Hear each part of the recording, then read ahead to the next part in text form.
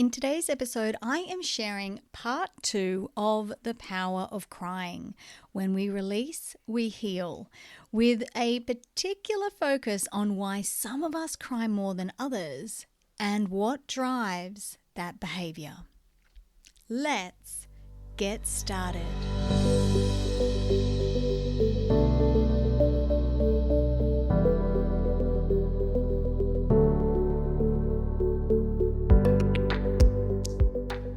Hello and welcome to a brand new episode of the Live Mindfully podcast, the podcast that invites us all to slow down, take a deep breath in, and show up as the most mindful, wholehearted version of ourselves that we can each day. Last week, I shared part 1 of The Power of Crying, which means this week is part 2. Last week, I focused on the physiological response of crying, how crying makes us feel, and what researchers had discovered in terms of the chemical makeup of our tears, and how they differed from the tears that keep our eyes lubricated or the tears that are produced when we're cutting onions, for example. This week, I want to speak about some of the research that supports why we do or do not cry. But I want to preface this episode with a disclaimer. Scientists, behavioral psychologists, psychotherapists, they don't actually know. And I've said this before and I want to say it again. Science only takes us so far, and scientific research, it disproves itself again and again. So science is at this moment, when we talk about the scientific research that we're looking at, it is saying that at this moment, this is our best understanding of something. And so if what I'm saying or if what the science is presenting doesn't resonate with you, that doesn't mean you are wrong. It could just mean that science is wrong. Science is wrong all the time. So as you listen to this episode, one of the best mindful tricks we have up our sleeves here is to see how this information resonates with us and what we feel to be true for us. Because the other thing about research is that never do scientists get 100% of participants all agreeing. There are always outliers. There are always subjects who have a different experience. It is not a one-size-fits-all. In last week's episode, I shared that I don't cry very much and that it takes a lot to move me to tears. So the research that I was doing this week, I found really fascinating because I almost came to this episode thinking, well, I'm either quite strong and courageous, or maybe there's something wrong with me. Which, now that I've done the research and I am recording this episode, I can see that it's a very egotistically focused way of me to have entered.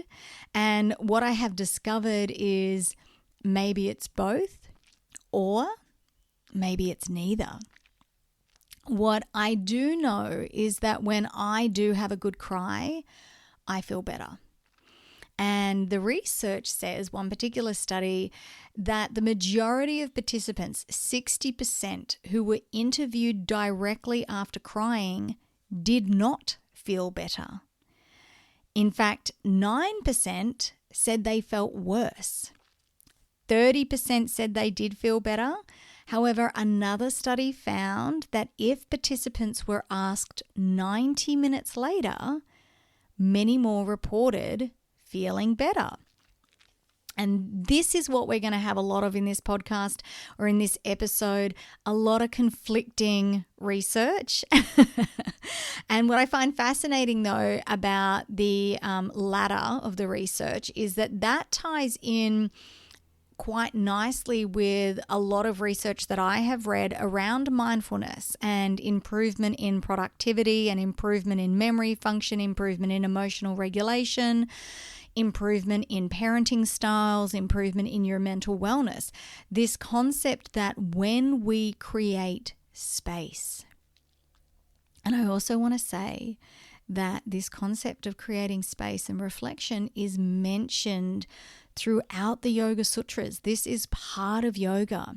When we create some space between the event or the thought, when we create time to reflect, whether that be 90 minutes later or at the end of the day, when we create these pockets to actually look back, we're able to notice a difference.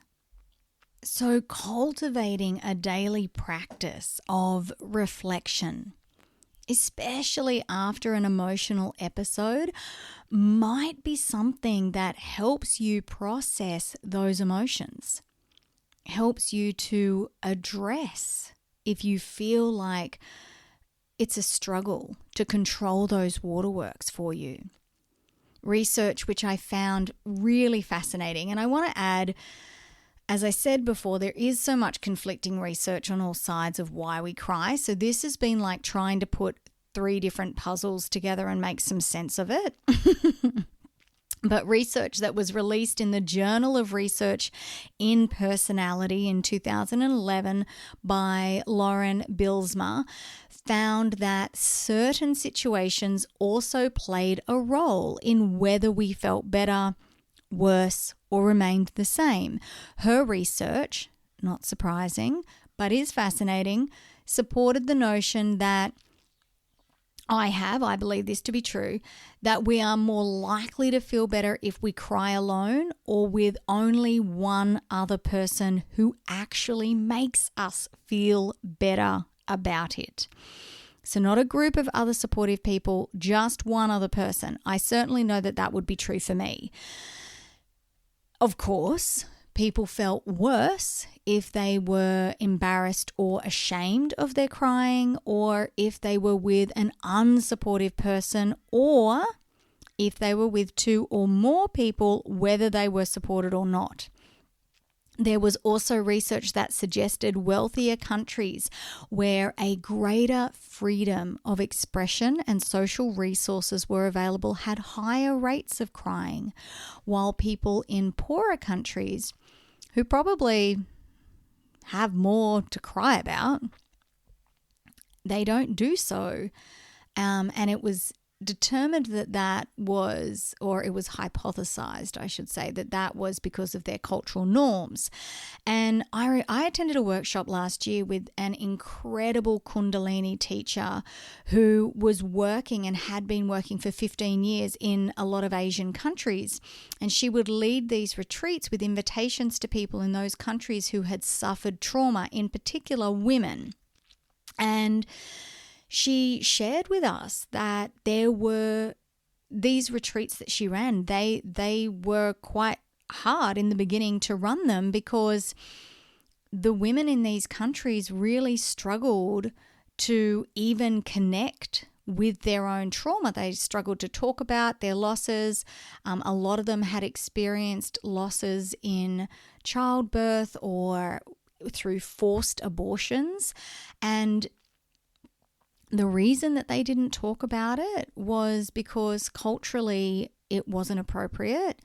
They also felt like it was something that everyone experienced. So you kind of, they never had spoken about it. It was almost as if it didn't happen. Everyone just moved on.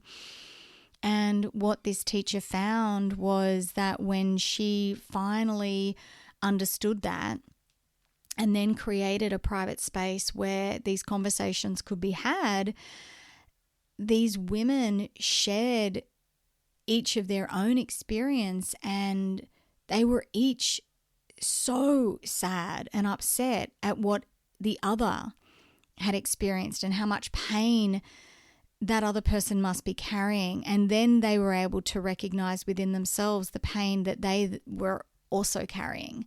And what I think is so incredible is that when this Kundalini teacher was able to create this space, they all had a community now of other women who understood. So we're very lucky to live in a country where crying is accepted. And the current research mostly points to crying as being a way to connect with others, to get sympathy, to get empathy. We, as I'd already mentioned previously, have research that suggests that if you do that in a group setting, it has the opposite effect. We don't feel better about it. So I think it really depends on the environment that you're in as to how you're going to feel. But it doesn't resonate with me that crying is mainly a way to connect with others, because it's not a way that I use, I guess, to connect with another person. And I think the research also supports that when we're crying, we actually feel better when we do it alone or when we do it with one other person. So I think in general that crying is an opportunity for us to release. And I spoke about this in last week's podcast. We talked about all of the chemical differences between your basal tears and your emotional tears. A lot of the chemicals that exist in emotional tears are ways for the body to release stress. So we know that from like a scientific chemical point of view.